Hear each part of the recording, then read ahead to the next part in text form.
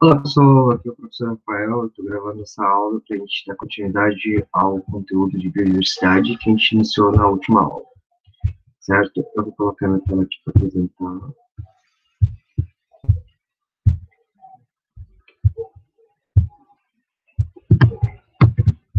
Então, pessoal, vamos falar hoje sobre os metazoários e a biosfera.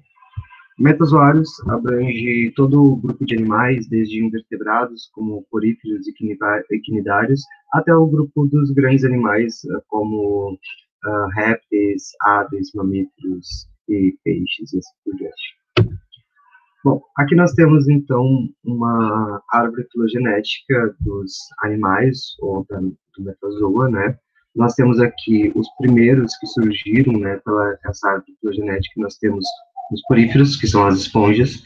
Elas não têm camadas e germinativas ou tecidos, ou seja, elas não têm tecido verdadeiro, né? São animais que não possuem tecido, ou seja, não possuem aquele conjunto de células funcionais que estão atuando juntos em prol de um tecido, como é o caso, né, do tecido epitelial, que forma o conjunto de células de pele do corpo humano, por exemplo. Depois, nós temos aqui os radiatas, né, que são diploblastos, de simetria radial. Aqui nós temos um aspecto de simetria, onde nós temos a simetria bilateral e a simetria radial. A simetria bilateral é aquela simetria apresentada, por exemplo, no corpo humano, onde nós temos dois olhos, duas orelhas, dois braços, duas pernas e assim por diante. Enquanto a radial é aquela que, com os animais com formato mais estrelados ou arredondado, como é o caso dos quinidários, como as águas-vivas, né, por exemplo, e o caso também de Aliocerenteratus, né, que também pertencem a esse grupo aí de águas-vivas e hidras e assim por diante. Bom, daí nós temos a evolução do celoma, que a gente depois já vai ver como é que funciona esses discos embrionários, celomas e assim por diante. Mas só para vocês terem uma noção, nós temos aqui um grupo, que é o acelomado, né, que são grupos como os plateumintos e os nemateumintos, que são os vermes, os grupos daí pseudo-celomados, como os nemateumintos, alguns outros grupos, né, e também temos aqui alguns outros grupos de vermes, né. Depois nós temos aqui alguns termos importantes, como multicelularidade, né, que são os metazoas, e quando eu falo em multicelularidade, é que eu tenho vários tipos de células. Então, quando eu vejo aqui o ancestral comum do metazoa, né, eu vejo que todos eles têm um aspecto de multicelularidade. Alguns com tecidos, né, e outros sem tecidos. Aqueles que não têm tecidos são o único grupo, são os poríferos. Que têm tecidos é todo o resto, desde quinidário até os seres humanos ali, na parte ali dos protostômios e dos deuterostômios. Então, se vocês perceberem aqui, nessa árvore evolutiva, nós temos aqui vários nomes bem interessantes, como Eumetazoa, que é aqueles organismos que possuem tecidos e camadas germinativas. Nós temos aqui a bilateralidade, né, que daí eu tenho já os animais que são formados com aquelas estruturas anatômicas iguais ou bilaterais, né, de ambos os lados, as cavidades corporais e assim por diante. Então, agora a gente vai ver aqui um pouco de cada um. Nós temos aqui o reino Animalia, né, e ele é dividido em parazoa e eumetazoa. Os parazoas são organismos mais primitivos ou mais basais na árvore filogenética, e eles não possuem tecidos e órgãos, como é o caso ali dos poríferos ou da minha esponja, né? E depois o eumetazoa são aqueles animais com tecidos, com órgãos e sistemas desenvolvidos, como no caso aqui dos quinidários, que já começam a ser eumetazoa. Então aqui nós temos alguns outros exemplos de eumetazoa, né? E aqui é importante destacar, quando a gente está falando de animais, o desenvolvimento embrionário deles e as suas etapas, também as diferenças que ocorrem em cada animal.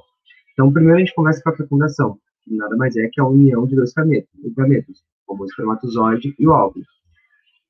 É um processo intraespecífico, né, ou seja, ocorre somente entre duas espécies, dois indivíduos da mesma espécie. Nós temos a cariogamia, que é a união dos núcleos dos gametas, né? Então, o núcleo da célula do espermatozoide com o núcleo da célula do óvulo, eles vão se fundir e resulta na formação do zigoto, que é uma célula diploide, né? Com um par cromossômico vindo do pai e vindo da mãe. Então, nós temos aqui o período de segmentação, né? Que O animal do tipo cordado, por exemplo, ele apresenta uma nota corda, né? Ou seja, a coluna vertebral. Então, ocorre nesse período sucessivas mitoses para que ocorra a formação da mórula. Ou seja, o zigoto, ele vai se multiplicando em várias células, né, por mitose, até formar uma mórula, que daí são um conjunto de células, mais ou menos 64 células, né, que são chamadas de blastômeros, ou micrômeros, ou macrômeros, né, são células que vão dar origem ali ao embrião. Então, nós temos a fase de blastulação, que é onde as células elas são reorganizadas e formam, então, uma cavidade central chamada de bastocele, ou bastonete, né? E é uma fase que ocorre a anidação. Então, observem aqui, né? Nós temos aqui um blostópero, uma mórula, desculpa, né? Nós temos a formação de um blastocete, ou um blastocele, que é aqui no meio, que é essa cavidade. Nós temos aí o polo animal e o polo vegetativo, e nós temos aqui o micrômetro, que são essas células bem pequenininhas, e o macrômetro, que são as células maiores. Então, aqui, quando ocorre a gastrulação, nós temos uma nova reorganização celular, tem a formação do arquêntero e a formação do blostópero.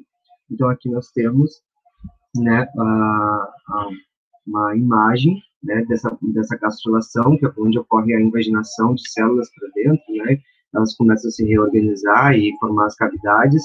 Então, aqui nós temos o arquêntero, que é essa bolha, praticamente, aqui, né, de viscose e produtos químicos não, substâncias químicas que tem ali dentro do embrião. E aí nós temos também a formação das cavidades, como o celoma, e a formação também dos discos embrionários, como o endoderme, o ectoderme e o mesoderme.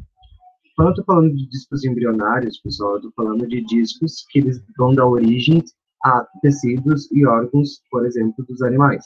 E quando eu estou falando de celoma, eu estou falando da quantidade, né, de líquido que vai formar em cada cavidade.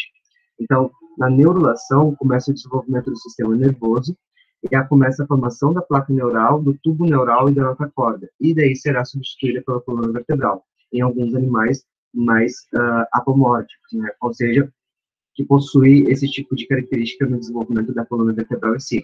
Alguns animais, eles apresentam um pseudo-desenvolvimento e é só um fio nervoso mesmo que possui ali na coluna central. Então, aqui nós temos a organogênese, que é o desenvolvimento dos órgãos que estarão presentes no indivíduo adulto. Então, ocorrem divisões e especializações celulares, onde os folhetos embrionários originam tecidos e o órgão do organismo. Então, ali, anteriormente, eu falei para vocês tecidos embrionários, os folhetos embrionários, que eram o ectoderma, o mesoderma e o endoderma. Agora, o ectoderma, ele dá origem, então, a epiderme e anexos como pelos, unhas e cascas, ao sistema nervoso, ao epitélio da boca e do ânus. O mesoderme, ele forma a derme, que é uma camada de carne, né, a carne viva que a gente fala quando a gente se machuca ou algo assim do tipo, né, forma também o sistema cardiovascular, o sistema urogenital, os músculos e o esqueleto. Enquanto o endoderme, ele forma o epitélio do sistema digestório, ele forma o sistema respiratório, o fígado e o pâncreas. A gente pode classificar os animais de acordo com seu desenvolvimento embrionário. Por exemplo, se ele tem dois discos embrionários, no caso só tem a ectoderme e a endoderme, a gente vai classificar eles como diblásticos. Se eles têm 3 discos, a gente vai classificar eles como triblásticos, que daí ele tem a ectoderme, a mesoderme e a endoderme. Então, de acordo com as cavidades que ele possui, né, então, se é 100 cavidades, eles são acelomados, se tem uma cavidade entre o mesoderma e entre o endoderma, eu tenho os pseudocelomados, e se eu tenho uma cavidade revestida pelo mesoderma inteiro, né, eu tenho os celomados. Então, aqui eu tenho uma imagem representando, né, esse desenvolvimento embrionário dos animais, onde eu tenho aqui o acelomado, né, então, que o tubo digestivo, ele se forma ali no centro, né, temos o pseudocelomado, e daí nós temos aqui o tubo digestivo, já formando aqui ao redor entre a mesoderme e entre a endoderme, e depois o celomado, onde eu tenho aqui uma centralização e, ao mesmo tempo, uma separação entre os 3 discos embrionários. Então, eu tenho a cavidade, mas mesmo assim eu tenho uma conexão entre os três. Aqui nesse eu não tenho, e aqui nesse eu também não tenho. A gente pode também classificar os animais de acordo com o destino do blastópero, que são aquelas células pequenininhas que formam a mórula, né? Então, eu posso classificar eles como deuterostômios, onde o blastópero origina o ânus, ou protostômios, onde o blastópero origina a boca. De acordo com o sistema nervoso e muscular, eu posso classificar os animais como aneuriários, que são um tecido nervoso e muscular, e o neuromiários, que é com tecido nervoso e tecido muscular. De acordo com a posição do sistema nervoso, eu posso classificar os animais também em hiponeuros e epineuros. Os hiponeuros possuem o sistema nervoso abaixo do sistema digestório e o epineuros, ele possui o sistema nervoso acima do sistema digestório. Então, aqui nós temos uma planilha que mostra algumas características gerais de todos os animais, né, desde os animais invertebrados até os animais vertebrados. Então, aqui nós temos poríferos, cnidários, plateumintos, nematelmintos, moluscos, anelídeos, artrópodes, equinodermos e cordados, né? Então, aqui nós temos animais representativos de cada grupo. Os poríferos, por exemplo, nós temos as esponjas do mar, que eles habitam ambientes aquáticos, na maioria, né? Eles possuem ausência, então, dos tecidos verdadeiros e órgãos também, não possuem folhetos embrionários, eles são acelomados, a simetria é ausente ou radial, a segmentação não tem, né? Eles não têm uma segmentação ali. Nós também, a origem da boca, né? Não existe uma boca neles ainda, e aqui o sistema digestório, ele também é ausente. Nos cnidários, eu posso representar pelas hidras, medusas, corais e assim por diante. Os hábitos são aquáticos, essencialmente marinhos. Eles possuem tecidos especializados e sem órgãos. São diblastos, né, ou seja, só possuem dois folhetos embrionários. São acelomados, não possuem, então, aquela cavidade, né, celomada ali. A simetria radial nas formas adultas. A segmentação é ausente e o blastópero, então, né, ali seria protostômio, né, o blastópero, ele origina a boca, então, ele é um protostômio. E o sistema digestório, ele é incompleto, então, ele só tem boca, faringe e cavidade gastrovascular. Nos plateumintos, eu posso representar eles pela planária, tênia e esquizossomo, né, então, o ambiente deles é aquático, alguns terrestres, parasitas de animais, mas algumas espécies são de vida livre. Órgãos, sistemas de órgãos são rudimentares, eles são já os primeiros animais triblásticos, são acelomados ainda, possuem simetria bilateral, a segmentação é ausente e eles são protostômios, né? Então, o blastópero, ele dá origem à boca, e o sistema digestório, ele é incompleto, possui boca, faringe, cavidade gastrovascular, assim como os cnidários.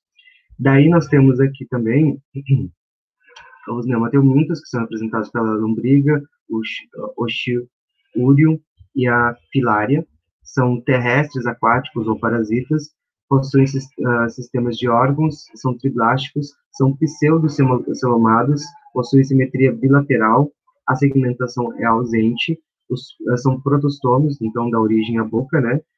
E o sistema digestivo ele é completo, presença de boca e ânus. Aqui nos moluscos, né, eles são representados pelo polvo, lula, caracol de jardim, caramujo, lesmas e assim por diante. O ambiente deles é aquático, marinho ou de água doce, também terrestres, possuem sistemas de órgãos, são triblásticos, celomados, possuem simetria bilateral. Né? Aqui eu já tenho os primeiros celomados, tá, gente? Que possui aquela cavidade aqui que eu tinha mostrado para vocês, ó, celomado, tá? A segmentação é ausente, são protostômios, então o blastópero dá origem à boca, e o sistema digestório ali, ele é completo, então possui presença de rádula, né, exceto nos bivalves, que são aqueles animais, como camarão, por exemplo, né, eles já são, camarão não, desculpa, aqueles moluscos bivalves, que são aqueles moluscos de praia. Depois nós temos os anelídeos, né, que são representados pelas minhocas, sanguessugas e poliquetos. Eles são terrestres ou aquáticos, marinhos ou de água doce e também parasitas.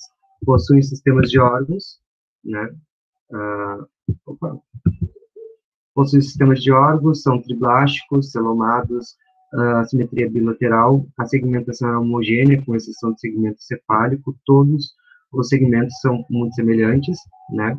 São protostômios, então blastópora da origem à boca. O sistema digestivo é completo, na minhoca a presença de boca, faringe, papo, moela, intestinos secos e intestinais e ânus. Depois aqui nós temos artrópodes, que são apresentados pelos insetos, aranhas, crustáceos, lacraia, assim por diante, né? São terrestres, aquáticos, possuem órgãos, são triblásticos, celomados, bilateral, e possuem uma simetria heterogênea, né? Ou seja, segmentos um pouco diferenciados, são protostômios e possuem o sistema digestivo completo, na presença de boca e ânus. Aqui nos equinodermos nós temos os primeiros deuterostômios, lembrando aqui quem são os deuterostômios, que é o blastópero, ele origina o ânus, né? Então, nós temos aqui os deuterostômios, que são os equinodermos, representados pelas estrelas do mar, o urso do mar e o pepino do mar. Eles são essencialmente marinhos, possuem os sistemas de órgãos, são triblásticos, celomados, são bilaterais, né? Larvas e pentarradial em alguns adultos, e ele possui sistema digestório completo, certo? Então, presença de boca e ânus, antena de artrópodes nos ouriços e assim por diante. Antena de Aristóteles nos ouriços, no caso. Aqui nós temos também os cordados, né, que são representados pelos peixes, anfíbios, répteis, aves e mamíferos. São terrestres ou aquáticos, de água doce ou marinhos. Sistemas de órgãos eles possuem, são triblásticos, celomados, com sistema bilateral, uma segmentação heterogênea, então segmentos um pouco diferenciados. São deuterostômios, o blastópero, então, origina o ânus, e o sistema digestório ele é completo, né, possui a presença de boca e ânus. Aqui, pessoal, nós temos algumas características de cada um, né, em relação à digestão, esqueleto, revestimento, sistema respiratório, sistema circulatório, que é interessante dar uma olhada nessa comparação. Eu não vou estar lendo todos eles, mas é interessante pegar e verificar essa comparação entre eles, tá? Aqui, então, mais uma vez, nós temos a nossa árvore filogenética, mostrando aqui, né, a ancestralidade comum. Primeiro nós temos aqui os organismos que não possuem tecido verdadeiro, são os parozoas. Depois, toda essa árvore aqui é representada pelos eumetazoas, que são aqueles que possuem tecidos verdadeiros. Então, primeiro aqui com simetria radial, como os quinidários. Depois nós temos os com simetria bilateral, né, e daí nós temos já as cavidades, como os acelomados, os pseudocelomados. Nós temos aqui os celomados, né, temos os animais que apresentam segmentação dentro dos órgãos e sistemas, e assim por diante.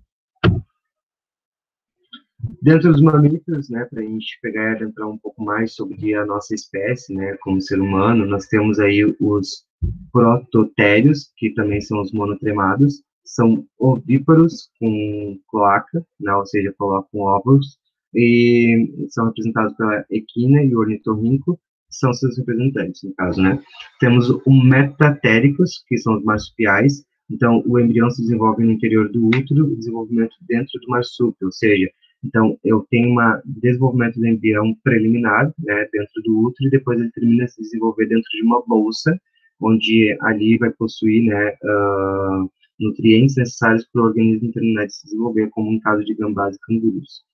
Depois nós temos o eutéricos, que são os animais placentários. Eles possuem placenta, que são representados pelo ser humano, cachorro, cavalo, e são exemplos de eutérios, né, no caso. Alguns aspectos, né, da fisiologia animal dos mamíferos, né, eles possuem circulação fechada, o coração com 4 cavidades, o sistema urinário com rins e bexiga, o sistema digestório é formado por um canal alimentar e glândulas associadas, e encefálico desenvolvido e respiram por pulmões.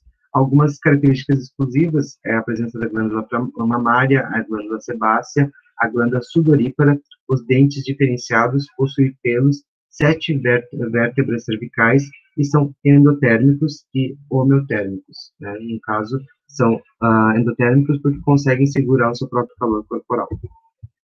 Então, aqui nós temos a árvore filogenética da evolução dos primatas, que inclui, então, a espécie humana, né? Nós temos aqui uma árvore filogenética e uma linha histórica de evolução. Nessa árvore filogenética, nós podemos perceber aqui que o ser humano, ele não veio do macaco, ele é táxon irmão do macaco, dos gorilas, chimpanzés, né, e assim por diante. Ou seja, os hominídeos, eles são táxon irmãos dos pongídeos, né? Então, que eles representam essa mesma família aí dos mamíferos insetívoros, eles descendem dessa família, né? Então, aqui nós temos o período dos pré-australopithecus, né? Então, o tamanho do cérebro desse hominídeo provavelmente era de 350 a 380 centímetros cúbicos. Ele está datado a 7 milhões de anos atrás. Os australopithecus, que são os primeiros, né, animais da linhagem do ser humano mais próximo, digamos assim, dos sapiens, o tamanho cerebral é desconhecido e eles viveram aproximadamente 4,2 a 3,8 milhões de anos. Depois nós temos o Homo habilis, que é um taxon irmão do gênero Homo sapiens, da espécie Homo sapiens, né? Então é o gênero irmão da espécie Homo sapiens.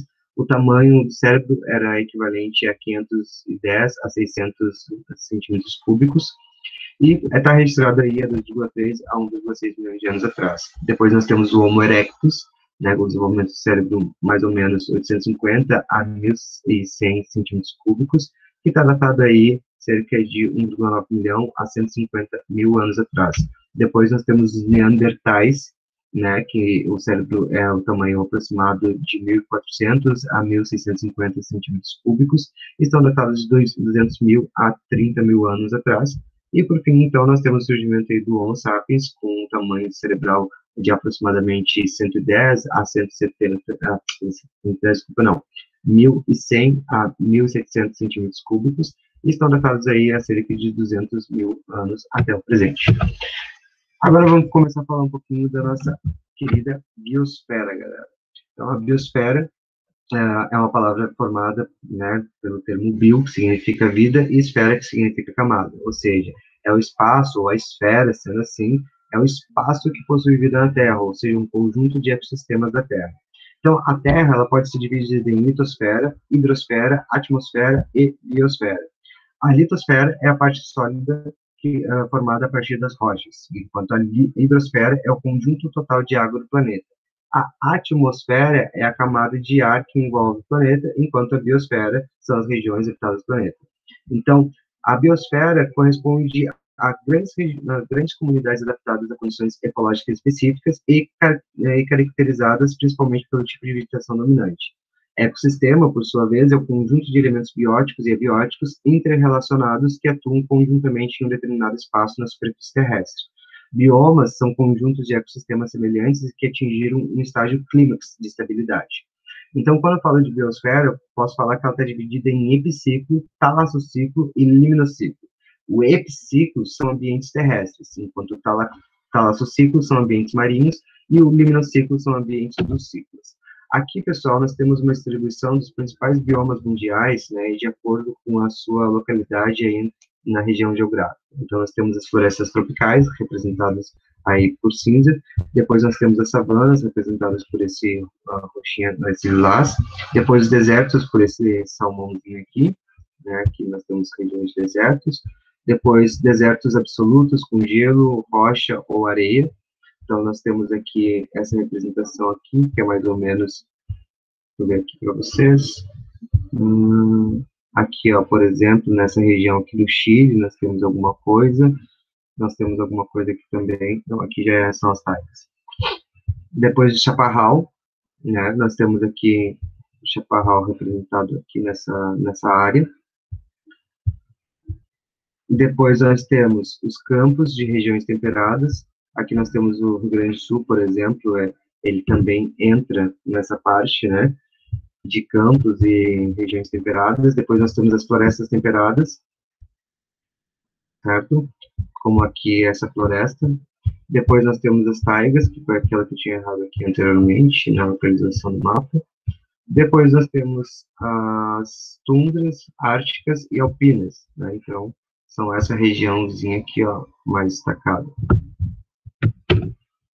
Então, quando a gente está falando de ambiente litorâneo, né, a gente está falando que ele pode ser dividido em zona eufótica e zona afótica. A zona eufótica é aquela zona que ainda recebe luz, então eu posso dividir ela ali em sistema nérico, né, que é um sistema onde eu possuo toda a interação de luz. Depois eu tenho um sistema bateal e um sistema abissal. No sistema bateal eu tenho uma luz turva, né, então a luz ela já está ficando meio opaca ali nesse sistema, enquanto no sistema abissal eu já não tenho mais luminosidade nenhuma.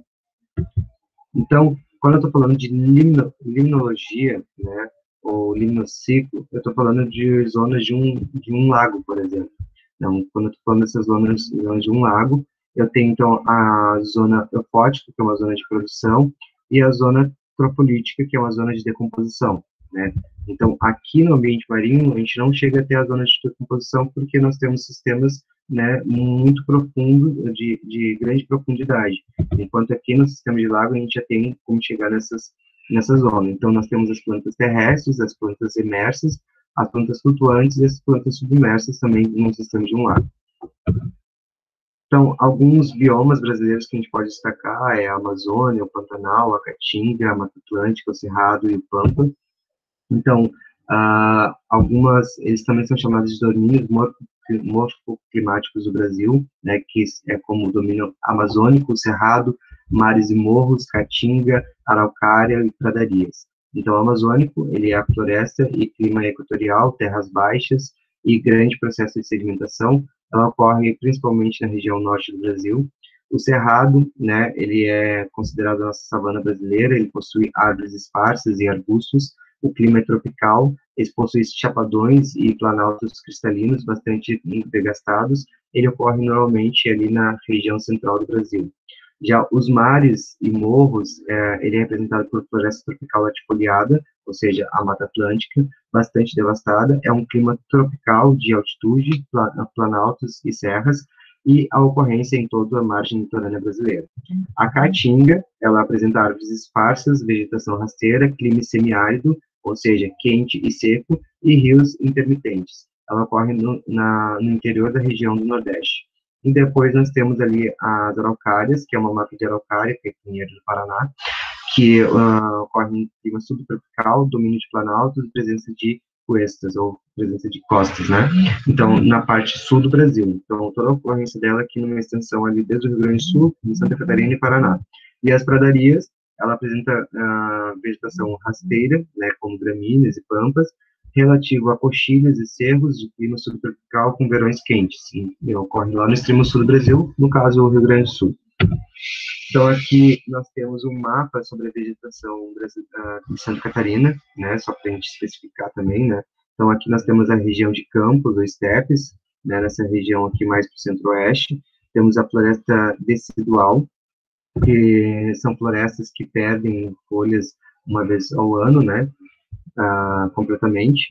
Depois nós temos a Mata Atlântica, que são essa floresta aqui mais próxima do litoral. Depois a Mata de Araucária, que ela é dominada principalmente ali pelo centro e pelo centro-oeste e região norte.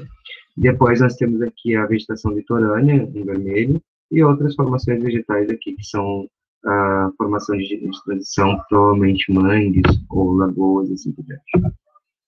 Então, a distribuição de espécies, pessoal, ela ocorre de acordo com a intensidade de recebimento de luminosidade solar. Logo, né, então, a gente consegue perceber que a maior biodiversidade é na região próxima à linha do Equador, né, e a biodiversidade vai diminuindo conforme vai diminuindo também a temperatura da região geográfica do planeta. Então, vai diminuindo a temperatura conforme vai se aproximando a um raio de 90 graus ao norte ou um raio de 90 graus ao sul. Então, aqui nós temos a nossa atmosfera e a luminosidade solar, né, abrigando aqui. Então, as regiões com menores latitudes possuem visivelmente uma maior biodiversidade. Não por coincidência, são regiões que possuem maior incidência solar. Há uma maior quantidade de energia recebida nessas regiões, o que estimula a riqueza da biodiversidade. Dessa forma, maiores latitudes possuem menor biodiversidade. Então, posso destacar alguns conceitos aqui, como hotspots. Hotspots de biodiversidade são locais que há muitas espécies endêmicas que são ameaçadas. Como espécies endêmicas, a destruição desses ecossistemas implica o desaparecimento dessas espécies. Quando eu estou falando de espécie endêmica, pessoal, eu estou falando de espécies que só ocorrem naquele local, naquela região geográfica. Aqui no Brasil, como um país da maior biodiversidade do mundo, nós temos inúmeras espécies endêmicas que estão ameaçadas de extinção. Como no caso aqui do nosso Cerrado, né, nós temos uma região bem preocupante em relação a essas espécies endêmicas. O Brasil, como um país de proporções continentais, possui regiões que se diferenciam com temperatura, umidade, qualidade do solo, radiação solar, massa de ar e correntes marinhas. Então, por isso, podemos observar biomas bastante particulares, caracterizados por exuberante fauna e flora, possuem um número elevado de espécies endêmicas, que certamente irá se elevar quando houver mais estudos, e a biodiversidade brasileira também proporciona bens econômicos importantes, como abacaxi, amendoim, castanha do Brasil, e mandioca e caju. Então, o Cerrado, por exemplo, brasileiro, né, é o segundo maior bioma da América do Sul. O Cerrado constitui um hotspot para a biodiversidade, possuindo uma série de espécies endêmicas. Infelizmente, é um dos biomas mais ameaçados graças à expansão de setores agropecuários. Ao menos 137 espécies de animais do bioma estão ameaçadas de extinção e cerca de 20% das espécies endêmicas não são mais encontradas nas áreas protegidas, e de todos os hotspots mundiais, o Cerrado é o que possui a menor porcentagem de território protegido, com um pouco mais de 8%. Enquanto a Amazônia, a região mundial de maior quantidade de espécies de animais e plantas, 10% vegetais encontram-se, 10% vegetais do mundo encontram-se na Amazônia. É conhecidamente o território com maior biodiversidade do planeta, mas apenas uma fração muito pequena é conhecida. Cerca de 70% das espécies de artrópodes, por exemplo, não foram descritas. O número de espécies de peixes é desconhecido, mas acredita que a bacia da Amazônia compreende a maior quantidade de espécies em relação às demais bacias. Os dados para répteis, aves, anfíbios e mamíferos também são destacáveis. Apesar disso tudo, em nenhum lugar do mundo derrubam-se mais árvores do que a nossa grandiosa floresta, sendo o desmatamento neste lugar 30% maior do que a segunda colocada, a Indonésia. Então, a biodiversidade brasileira no setor da agroindústria corresponde a 40% do PIB nacional, mas nos setores florestais, apenas 4% do PIB é representado por espécies nativas. A maior parte da economia do país é adquirida através de espécies exóticas, como a cana-de-açúcar da Nova Guiné, o café da Etiópia, o arroz das Filipinas, a soja da China, o cacau do México, o eucalipto da Austrália, os pinheiros da América Central, o gado da Índia, a apicultura da Europa e da África. Claramente, o nosso país precisa investir pesado nas pesquisas sobre a nossa biodiversidade. Então, a destruição da biodiversidade, além das ações humanas, que serão devidamente tratadas nos próximos slides, que a gente vai ver, né? A distribuição da biodiversidade também acontece por meios naturais. Então, cerca de 99% das espécies que já existiram na Terra estão extintas. As extinções não são precisamente ruins, mas uma vez que dão oportunidade à ascendência de novas espécies. O grande problema é que a atuação dos homens acelera extinções que normalmente acontecem em eras geológicas. Então, nós temos aqui, para destacar, as 5 grandes extinções em massa. Nós temos a extinção do Ordoviciano, que ocorreu há 440 milhões de anos atrás, extinguiu cerca de 26% das famílias marinhas, cerca de 85% das espécies, né, do planeta. Provavelmente, a provável causa foi uma intensa era de gelo. Depois nós temos a extinção do Devoniano superior, que ocorreu há cerca de 360 milhões de anos. Então, uma extinção que devastou cerca de 22% das famílias marinhas, cerca de 80% de todas as espécies do planeta, provavelmente causada pela queda de níveis de oxigênio e decaimento da temperatura do planeta. Depois, a extinção perniana, ocorreu há 252 milhões de anos, é a maior de todas as extinções, matou cerca de 51% das espécies marinhas, eliminou 95% de todas as espécies da Terra e ocorreu por erupções vulcânicas, incluindo provavelmente a maior de todas, que liberaram larvas e grandes quantidades de óxido de carbono presas no aumento abrupto da temperatura, e responsáveis pelo aumento abrupto da temperatura. E que ocasionou, né, a união da Pangeia, que criou um ambiente bastante quente e seco no seu interior. Então, os níveis de oxigênio, mais uma vez, caíram. Depois nós temos a extinção do Triássico, que ocorreu há 101 milhões de anos, que é uma extinção que eliminou cerca de 22% das famílias marinhas, correspondendo a 80% de todas as espécies do planeta, e a causa provável é a queda dos níveis de oceano e grandes erupções vulcânicas. E depois nós temos ali a extinção do Cretáceo, que ocorreu há 66 milhões de anos. É uma extinção que provocou, né, o desaparecimento de 16% das espécies marinhas, que correspondia a 75% das espécies de toda a Terra, possivelmente causada por um choque de um grande meteoro, responsável pelo desaparecimento, inclusive, dos dinossauros. Então, a extinção dos grandes dinossauros, que até então dominavam o ambiente terrestre, possibilitou que pequenos mamíferos, como mussuranhos, até então controlados pela predação e competição dos grandes animais, pudessem se diversificar. Essa diversificação possibilitou o surgimento de mamíferos maiores, surgimento de mamíferos maiores, e se não fosse essa última extinção, talvez nós estivéssemos aqui. Então, a destruição da biodiversidade causada pelo homem, né, a biodiversidade, como vimos, ela pode ter uma destruição natural, de acordo com as extinções naturais que a gente viu agora. No entanto, atualmente o homem figura como um agente importante nessa crescente destruição. Então, nós temos aqui alguns aspectos, como a bioprospecção, né, que é uma das principais formas de obter lucro através da diversidade genética. Estima-se que 50% dos produtos farmacêuticos têm origem na biodiversidade, então isso é uma forma que o Brasil poderia modificar a sua estratégia de economia em relação à biodiversidade, e ao invés de cultivar espécies exóticas, ou seja, de outros países, e a gente tem que utilizar cada vez mais agrotóxicos para pegar e adaptar essas espécies a esse ambiente, porque então a gente não utiliza as nossas espécies para bioprospecção, né, por exemplo, fabricação de medicamentos, ou, né, outros países vão acabar fazendo isso, né, por isso que vem o termo a biopirataria. Em 2012, por exemplo, o IBAMA processou cerca de 35 companhias em 88 milhões de reais. Por exemplo, o chocolate feito com semente de capuaçu, né, o capulete, também foi patenteado por uma empresa japonesa.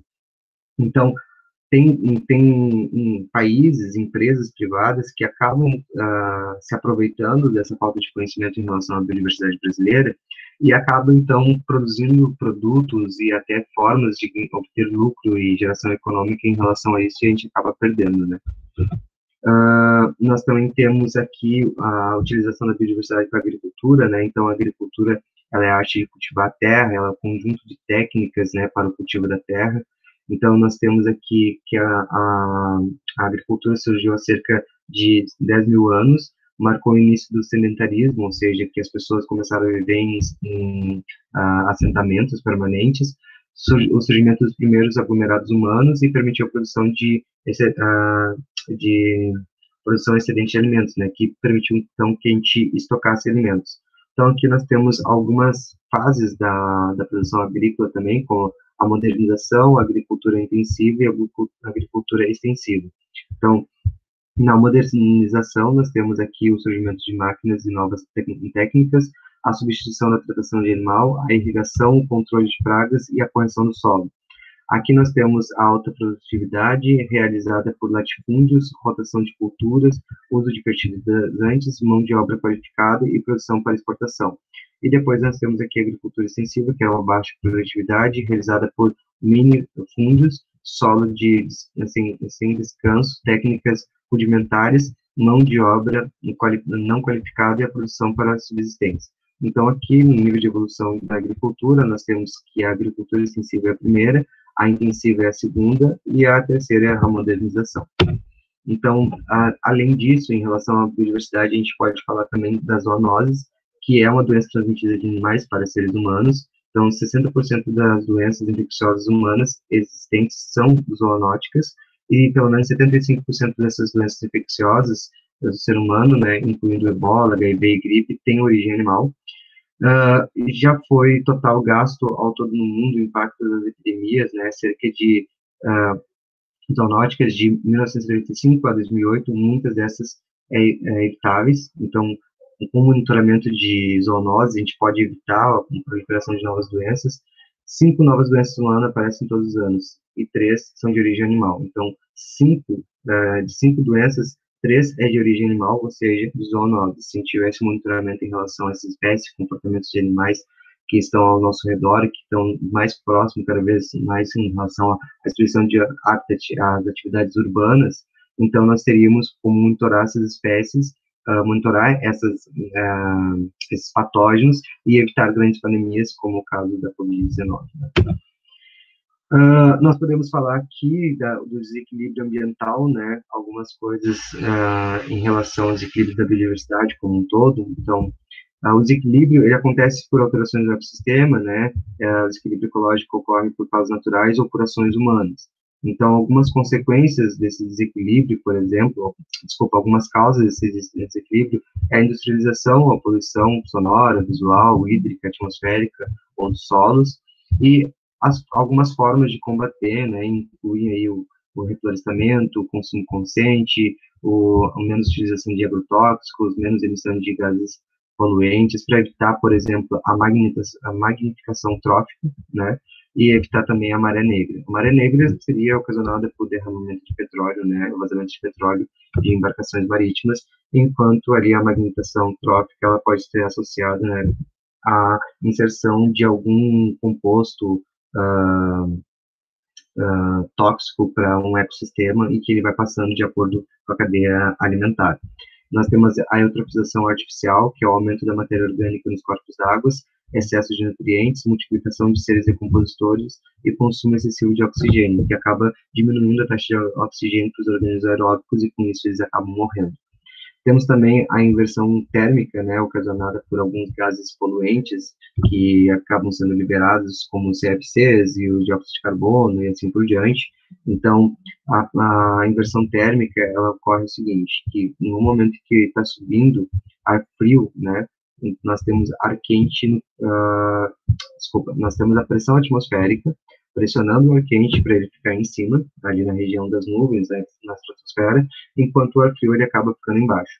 E com isso, com essa inversão térmica, o ar quente e ar frio eles não conseguem circular para a formação de ventos e assim por diante.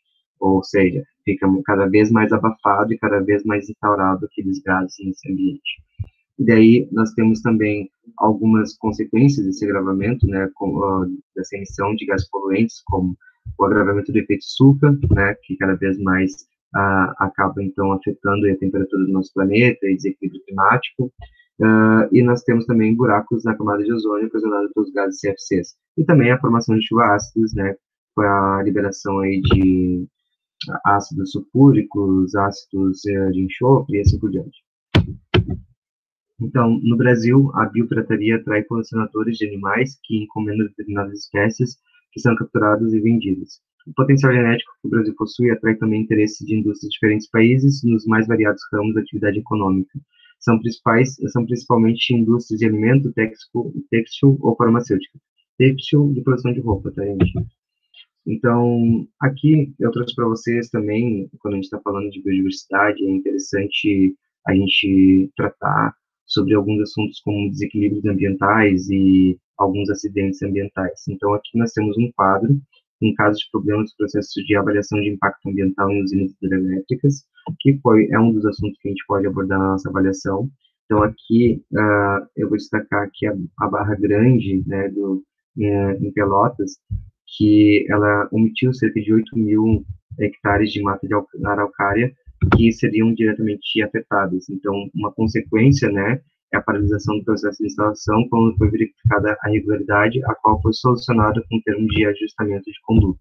Então, para vocês perceberem que a gente tem ferramentas de leis muito interessantes para a gente evitar os crimes ambientais, evitar os acidentes ambientais, mesmo assim acabam acontecendo. E às vezes, quando acaba acontecendo, é porque por causa de alguma falha na legislação ou uma falha jurídica que acaba então passando esse tipo de coisa. Então, nós temos aqui também a relação do ecocídio, né, que é a letra da lei. Então, nós temos aqui um texto que eu coloquei lá no final dos slides para vocês também darem uma analisada. Nós temos aqui a imagem do desastre Mariana, que é o maior acidente mundial com barragens em 100 anos. Então, o ecocídio é um dano excessivo à destruição ou perda dos ecossistemas de um determinado território, seja ele ocasionado pela atividade humana, seja por outras causas, a ponto de prejudicar significativamente o usufruto pacífico dos habitantes daquela região. E quando se fala em habitantes, está falando tanto em pessoas, animais, plantas e toda a comunidade ecossistema ecossistêmica dessa região. É bem interessante dar uma pesquisada sobre o assunto e avançar um pouco mais sobre essa proposta. Aqui, pessoal, nós temos o PRIDE, né, que a gente viu ali na nossa práticas laboratoriais em biologia. Então, o PRAD ele também é uma forma de recuperação ambiental, né, que é um conjunto de técnicas para conseguir fazer com que nossos fragmentos florestais ou áreas afetadas por degradação ambiental elas se recuperem, como o caso aqui da Lagoa da Conceição, que inclusive eu deixei disponível para vocês o plano de recuperação de áreas degradadas, no caso ali da frente da lagoa. Aqui eu tenho alguns vídeos explicativos para vocês, pessoal. É interessante assistir esses vídeos para vocês complementarem tudo isso que eu falei para vocês e também auxiliar na avaliação que eu vou passar para vocês, né? Nós temos aqui para vocês navegarem sobre as punks, né? Nós temos aqui sobre as plantas medicinais. Eu acho que eu coloquei aqui. Eu posso passar para vocês depois. Essa parte do prático. Ah, tá. É porque eu coloquei ele em práticas laboratoriais. Essa parte do ecocídio aqui também. Tá? Então, vale a pena dar uma lida, uma analisada. E é isso aí, pessoal. Qualquer coisa, me chame pelo WhatsApp, que eu estarei disponível para atender vocês.